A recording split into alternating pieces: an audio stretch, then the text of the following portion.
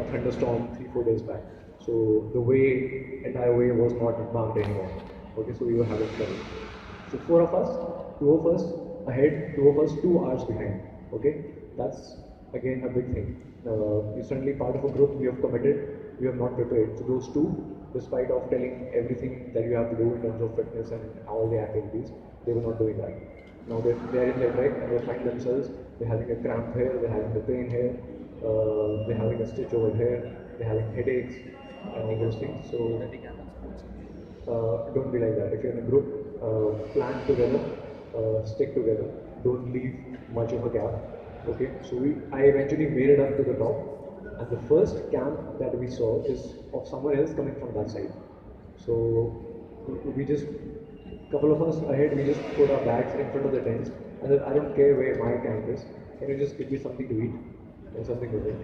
And now, you know, that little gesture that you do in mountains with people you meet, sort of helping each other out. It's a small community, right? So if you find someone like that, help out. Now that guy that helped me actually was the one who accompanied me 2 years after on another trek. And the first thing I remembered was I saw his face and I remembered, you were the one who helped me out. So yeah, he said, yeah, I remember that. So okay, so it's the whoever you feel, don't be don't be so selfish. If it's a little thing they need here and there, always help them out.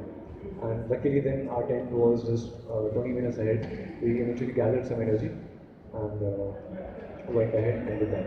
The two of my friends who were behind were so lucky.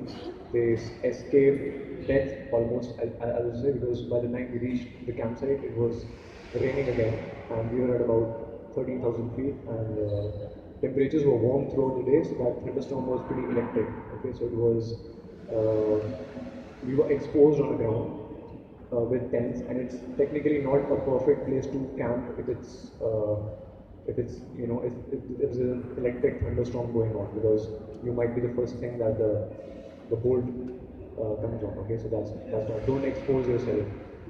If you're on a mountain slope, you're going up, you want to go up, it's a long way to go. If the weather is going bad, don't go, don't commit yourself, because once you're committed, then you're through. Okay, so turn back, maybe take a day extra, rest it out, just wait till the weather is fine, because exposing yourself in a thunderstorm on a slope is not a good idea, and you can't find everywhere a lot of stones or caves to hide behind and all that. Okay, so don't do that. So they were eventually rescued by the horsemen that we had from the local area, and they had a tough time. But spirits is what you're going to stay with you forever, and that's sometimes that's inbuilt, and sometimes that's something that you get from an experience.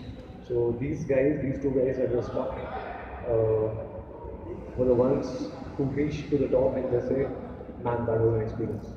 So the first time they were down shouting help, help, and I could not hear because I was 30 minutes away.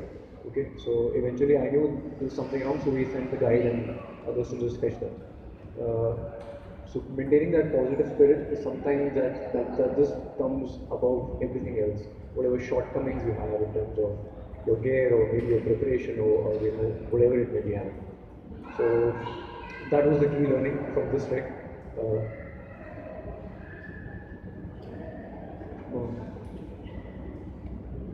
Okay, this one I did a couple of years back during Christmas. This is upper Solang Valley. So from Manali, if you go to Solang, and Solang, if you see the ranges around the Friendship range. So Friendship, to the right side is the Peer Panjal, and towards the left is the Dala. So you can see the Hanuman Tippa, and I was on the right side. So we were attempting to climb this non-technical peak called Patalso, but in 3-4 feet deep snow. Okay, some places even 5-6 feet. So you wear these rackets. These are snow rackets. What they do is they distribute your weight evenly, so you are able to walk on snow. You can flip them, you can leave them loose.